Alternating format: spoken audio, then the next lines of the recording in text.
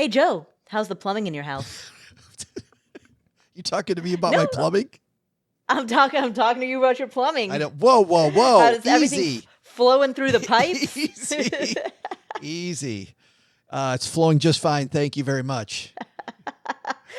How's your plumbing? Is your refrigerator running? I may be 55 years old, but things are still working okay. All right. Still okay. Well, the reason I ask because we have a caller named Rachael, and she has plumbing issues. Much Yes. less personal than I thought that was going to be. Yes. Good. Well, when I say she has plumbing issues, I mean literally the toilets in her home. I don't mean We're not talking about she Rachael. has plumbing. Yes. Yes. Yes. Rachael doesn't have plumbing issues. Her house does. Ambiguity. So let's find out all about Rachael and her home's plumbing issues. Hi, Paula. My name is Rachael. I recently bought a duplex, my first home. I actually plan to live in one unit and rent out the other. My mortgage is such that I could save about $1,000 per month with the rent that I collect from the other unit compared to what I was paying in rent prior to buying the house. Before I bought it, I knew I was going to have to sink a little bit of money into it. It's an older home and really needed some attention in the bathroom in my unit. However, I'm finding out that the property really needs some real money put into it, including 2 new furnaces. The plumbing is out of date, and there's absolutely no way to get a dishwasher put into my unit without basically redoing the entire kitchen. The plan was for me to live in the unit for a couple years and eventually buy another house and rent out both units. I know with the rent, I would have a positive cash flow of at least $1,100 per month at minimum. For context, I currently have about $50,000 in personal savings. I'm also a single mother with 2 children, a full-time job, and a side business. So I always have a full plate. I'm trying to decide if I should pull out the equity in the home and remodel the space, such as the kitchen and the bathroom, and sell it for a decent profit, or continue to live in it and fix up things over time with the positive cash flow and keep it long term. Or maybe there are other options I haven't even considered. I'm trying to decide what to do with this property since it's shaping up to be a lot more work than I imagined. Rachael, thank you for the question. First of all, congratulations on everything you're doing. Like you're raising kids, you've got a full-time job, you've got a part-time job, you've got a demanding remodel. You are a juggler. She's a juggler. Yeah, and you're doing an amazing job. You're making smart decisions, thoughtful decisions. You're building your net worth. You're setting yourself up really well. So huge congratulations to you for everything that you are creating. Massive congrats. All right, to your question. Normally I like to talk through the pros and cons of all possibilities, and I will do that for this, but I'm actually just going to jump the gun here and go straight to what I would do if I were in your shoes. And I often don't do that when I answer questions. I typically like to be like, let's assess.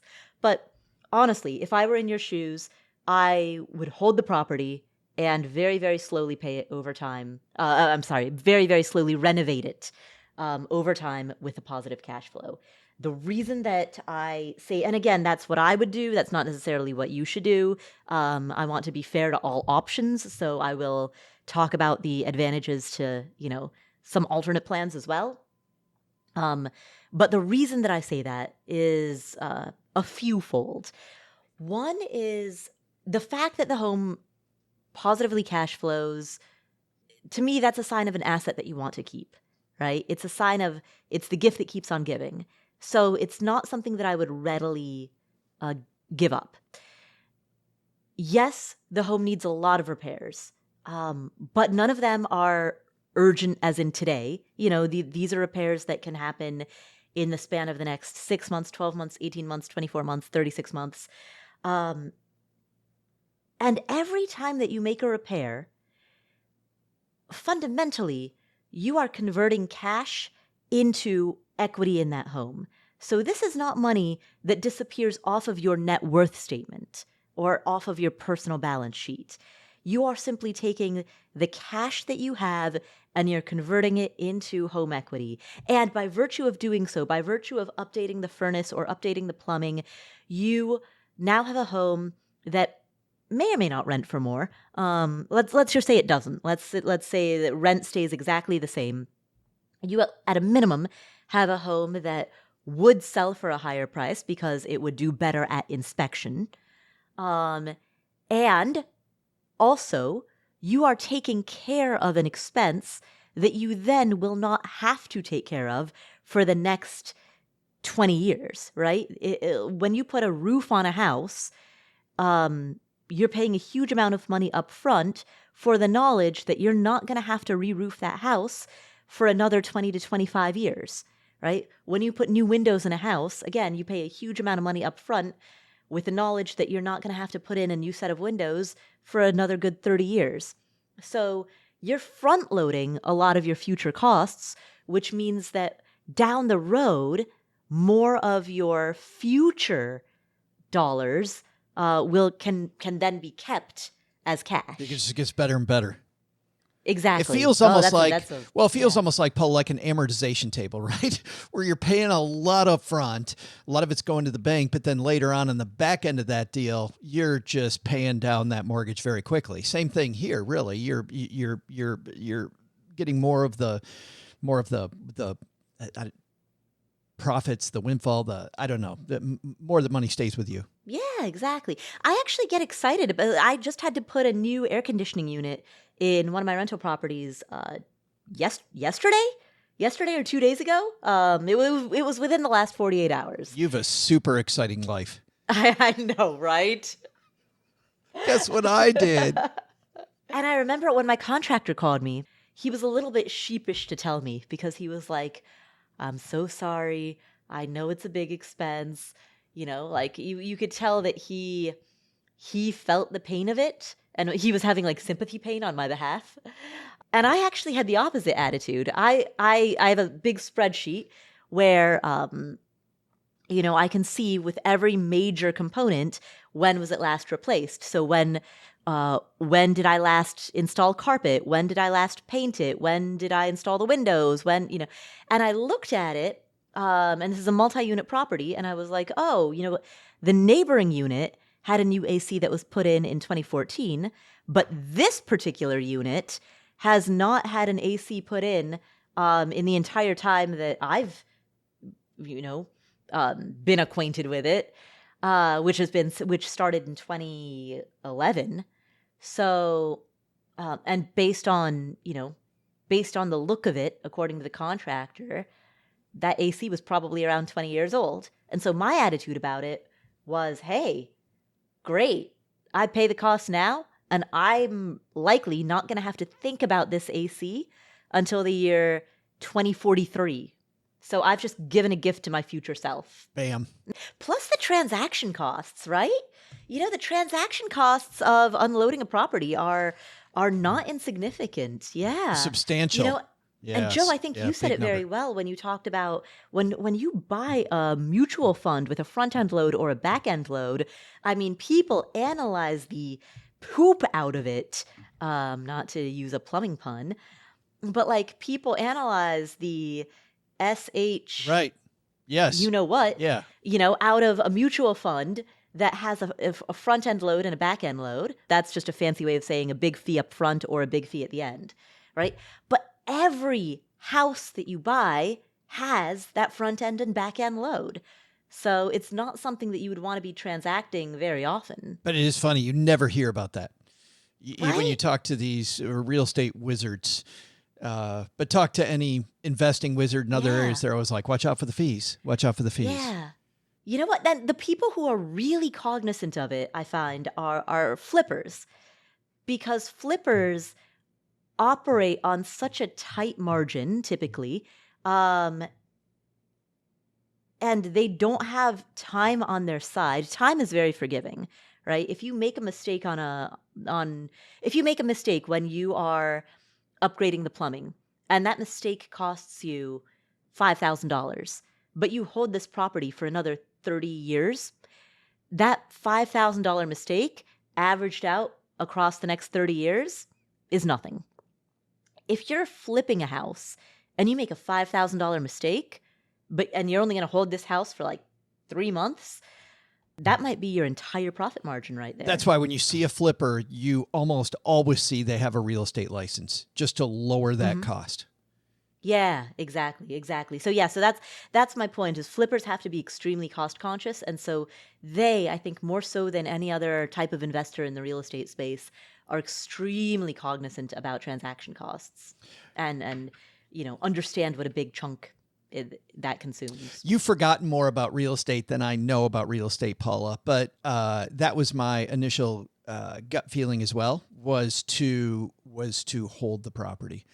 And just realize it's going to be a slower burn than what she originally anticipated, which happens a lot in real estate. You uncover things that you didn't know about, which was a question that I had for you, Paula, which is, I think about, we obviously can't rewind. And we talked earlier when we were talking about Jackie's situation about the danger of Monday morning quarterback looking over your shoulder.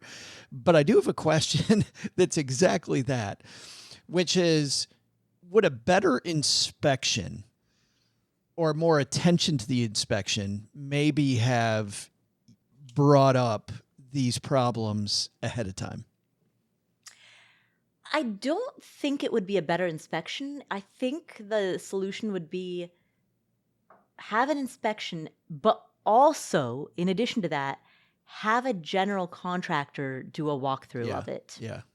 And pay that general contractor for their time at an hourly rate. Because what an inspector is going to give you is a very specific type of report that's going to detail, the amount of insulation in the attic, and it's going to detail the structural stability of the beams in the crawl space. And yes, the mechanicals will be looked at as well, the HVAC, the plumbing. But an inspector is trained, and their job is different than that of a general contractor who is looking at it through the lens of what needs to be done to make this place livable right now. What needs to be done so that the people who are living in it will be able to live in it and will be able to use it, and such that, stuff is going to be unlikely to break in the next soon, right? Year or two. And that's just it's a different vantage point. Sure, but I do like to do that type of postmortem because especially if she's going to buy more real estate in the future, I just think, okay, what can I improve about my process? I love the Stephen Covey quote that the systems that you have are perfectly designed to get you the results you're getting. So if you don't like what I love about that is if you're not getting great results, then work on your system. Right. Exactly. Don't work on the specific issue at hand. Yeah. Work on the overall system. I mean, do tend to the specific issue at hand. Sure. Right. But, don't ignore it. But in a way that's replicatable. Yeah. Right. So I guess I'm not going to talk about the advantages of the other options. Joe, you and I are in agreement that she should keep this house. Keep the property. Keep it. Yeah. Joe and I rarely agree on anything, and we're both saying keep it. It's annoying when we agree. Speaking of, were you segueing there? Oh, that I was not, but that is a great segue. I thought you were. Oh, wow. Okay, well, yeah, let's make that the segue. So, thank you, Rachael, for your question, and let's segue directly into the final question of this episode, which is actually it is a follow-up to a question that we answered on a previous episode. Should we play Molly's first before we hear the follow-up? Because Molly's is based on the first answer we gave. And then we're going to get some more context later. So maybe we should do Molly's response to your and my disagreement first. So we got a call from Minouche. And Minouche was offered by her father, who is controlling, some money to help her buy a house. And To be clear, it is not her father is controlling some money. It is her father, comma, who is controlling, a controlling individual. comma. Right. Yeah, yes. This is like eats, shoots, and leaves. Right. Right? Let's eat. Where the comma goes changes the whole meaning. Let's eat grandma. It's different than let's eat, comma, grandma. Yeah. Right. Okay, so her father who is controlling. Yes. Who is, comma. And so she can get what essentially is a free loan, much better than she could get from a bank. Paula, your advice was don't take the money. Don't do it. Because it gives dad even more control. My advice was dad's going to be controlling no matter what you do. It doesn't matter. So take the cheap money, but only if she knows she can get the loan from the bank. So if dad tries to play a game, she can end that game whenever she chooses. Well, Molly had an opinion on our disagreement. Hi, Paula. My name is Molly, and I am listening to your podcast from May 24th with Misha. Her dad is offering to basically buy her a house. I cannot agree with you more and Joe less with this. This sounds like a very controlling person, and my daughter has gone through something similar with her dad, where basically if he's buying something, he thinks he's the boss of it, whether it was a gift or a loan. It does not matter with certain types of people. And even though she may be getting a better financial deal with her dad having the mortgage, you hit the nail on the head. She is just setting herself up for a lot of power struggles and just financial abuse, potential financial abuse.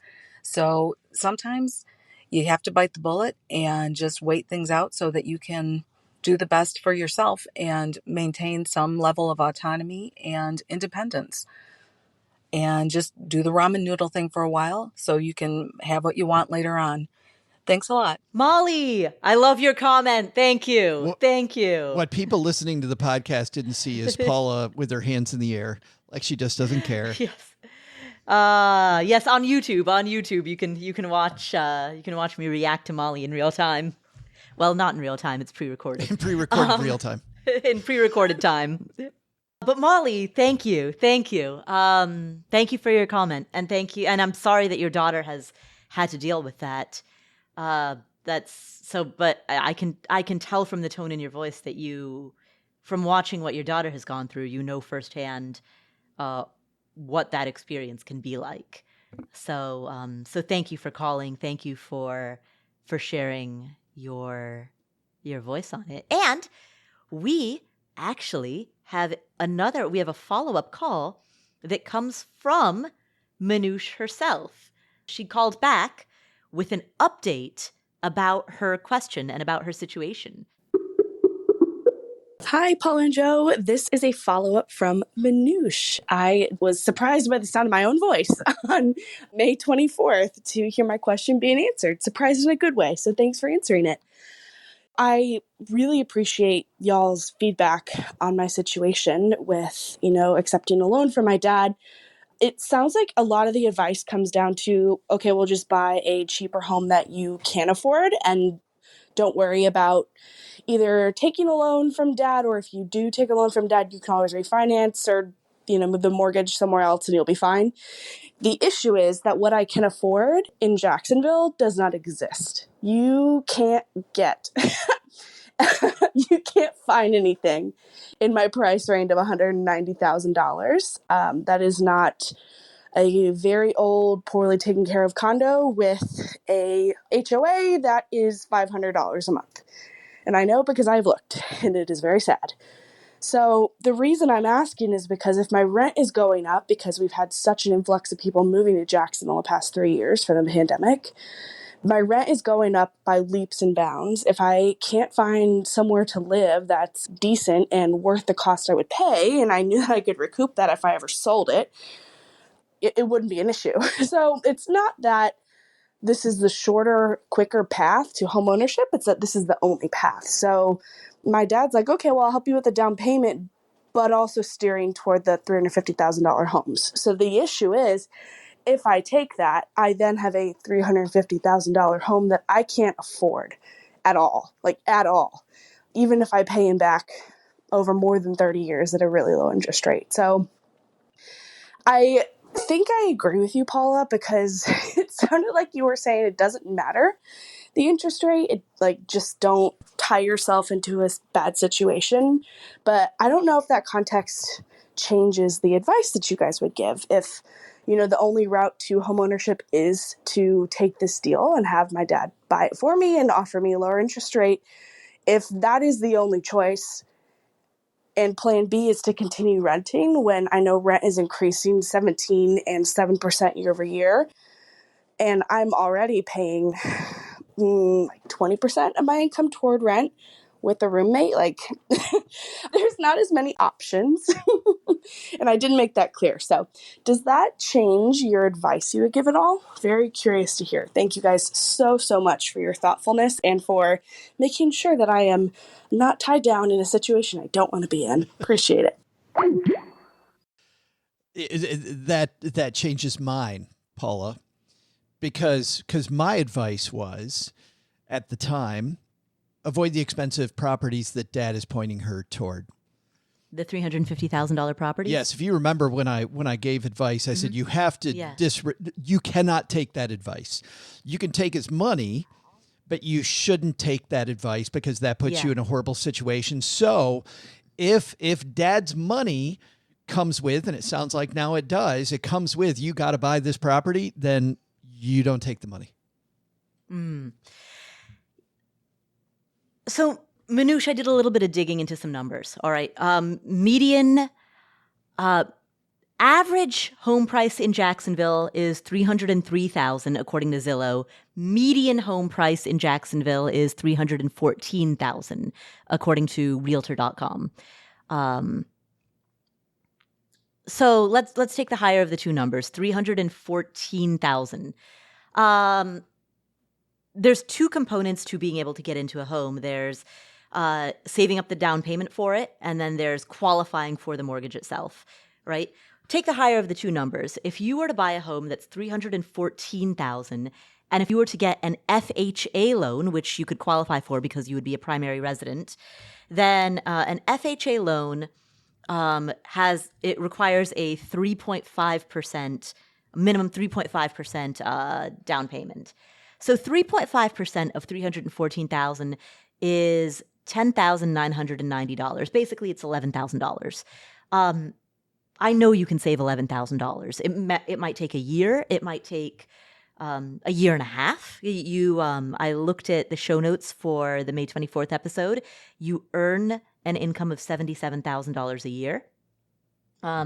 So with an income of $77,000, I've got to believe that certainly within 18 months, within a year and a half, you should be able to save $11,000. Even if you needed to pay a little bit more for the FHA loan, let's say they wanted you to make a 5% down payment. A 5% down payment is $15,700. Again, I'm confident you can do that in the next 18 months. And if you have to spend Saturday mornings, babysitting or walking dogs, or if you want to spend your Friday nights getting like a bartending job, something like that, that can all fuel that down payment fund. So in terms of getting the down payment for a $314,000 home with an FHA loan, which requires a very low down payment, I'm fully confident that you can get that. Now, there's a separate issue of, would you qualify for the mortgage? And so so broadly speaking, you need, if you take your annual income, divide it by 40, that is, as a general ballpark, assuming that you don't have any other debts, that is, as a general ballpark, the amount of mortgage that you would likely be approved for. So $77,000 divided by 40, that is a monthly payment of $1,925 per month. So likely you would be approved for being able to make payments of $1,925 per month. So then the question simply becomes, does the mortgage, the principal and interest, plus property taxes, plus homeowners insurance, plus HOA, if the HOA if there is one, does all of that together come to around $1,925 per month? If it does, if it comes to $1,925 or less, then you would likely qualify for it. If it doesn't, if it comes to more than that, then you would likely not qualify for it. You mentioned older condos that are in need of repair that have $500 HOA fees. I want to caution you against unduly putting too much priority on the HOA fee. I see a lot of people do this. It's a huge mistake. Nobody gives a rat's butt what your HOA fee is. What matters ultimately, from the perspective of the mortgage lender, is what is the total monthly payment that you are required to make. And that is HOA plus property tax, plus insurance, plus principal and interest, right? What is that total amount? And in a condo, the insurance is often going to be a lot less than what it would be for a single family home. Property taxes are likely to be a lot less. So yeah, there's an HOA fee, but what a lender is going to care about is what's that total, what are you on the hook for in total every month? Now, that leads us to a third point, which is the monthly payment that you qualify for is not necessarily the monthly payment that you yourself are going to make, because you yourself are smart and you are going to have roommates. I know that you already have a roommate because listening to the question that you left on the May 24th episode, you mentioned a roommate. You mentioned that you currently have a roommate. So given that you currently have a roommate, I have no reason to think that you would stop having one just because you were to buy a home. And so let's say that you have a 2-bedroom home, or better yet, a 3-bedroom home, right? In which the payment is $1,925 per month, but that's split between you and your 1 to 2 other roommates. Awesome. That's awesome. That means your personal share of the rent is 1/2 of $1,925 or 1/3 of $1,925, right? Fantastic. So long as you can qualify for a mortgage, and to qualify, you need to find a property in which the total monthly payment is $1,925 per month, and you need to save up a down payment of about, if you put a 5% down payment, you need around $15,000, right? And you can do that in a year and a half. So when you say that this loan from dad is the only way, I don't believe that for a second, even at the $314,000 price point. And that's not even going into the fact that the median necessarily means that 50% of homes on the market sell for less than that. So if the median price point for a home in Jacksonville is $315,000, that means literally 1 out of every 2 homes costs less, right? So what about the homes that cost $260,000, $270,000, right? Yeah, what about those homes? I think there definitely is, to your point, there are lots of opportunities without relying on dad's money. Yeah. And honestly, I also don't see the problem with an older fixer-upper condo that has an HOA fee. I love condos. And I love older fixer-upper property. I own a condo, and every property that I've ever bought has been an older fixer-upper. For you, Minouche, because you are going to be an owner-occupant, you have the benefit of being able to shop off of the HUD Home Store, which is something that investors can't do, right? So you can look at the HUD Home Store, and for the first 2 weeks that a property is on the market, you can make an offer on those properties without competing with any other investors, right? The only people who can bid on HUD home store properties for the first 2 weeks they're on the market are owner occupants like yourself or nonprofit organizations, right? Right? As an owner occupant, you have access to this catalog of inventory that investors only dream of, which puts you in an even better position for being able to find a fixer-up. Yeah, it's going to be a fixer-upper. That's where the opportunity is, right? And that's where you can slowly fix that property up over time. It doesn't need to be like sparkling condition stainless steel appliances on the day of move-in. Like, that's something that comes with time. People often look at the finishes of a property, right? They'll look at the countertop, they'll look at the appliances, they'll look at the surface level finishes and form an immediate, like, knee-jerk reaction to the property, and they'll be like, this is a dump or this is great. But that is like judging Cinderella from before she met the fairy godmother, right? She may have been dressed in rags, but and she may have been unshowered and her hair unkempt, but underneath that, she was still beautiful. She had the structure was there. She just hadn't yet showered or worn makeup or gotten the ball gown, right? That's essentially what people do when they look at the surface level finishes and make a judgment about the quality of the property based on that. The true quality of a property, from a construction point of view, how structurally sound is the property as a whole, right? So if, is it on a slab foundation or on a crawl space, if it's a single family home, or a multi-unit, if it's not a condo, right? Is it slab foundation or is it crawl space? And if it's, and how structurally sound is that? Are there cracks in the foundation? Is there bowing? Is something, if you look at a floor and it's concave or convex, like, yeah, it's a bit of a worry. If you look at a crack in the foundation wall, is the crack zigzag along the pattern of the bricks, or is the crack straight up and down vertical, right? That's going to give you information as to the structural stability of the foundation. Moving from the foundation up to the roof, is the roof leaking, and is there water damage that has been that's accumulated over time, and that has turned into mold or that has turned into rot, right?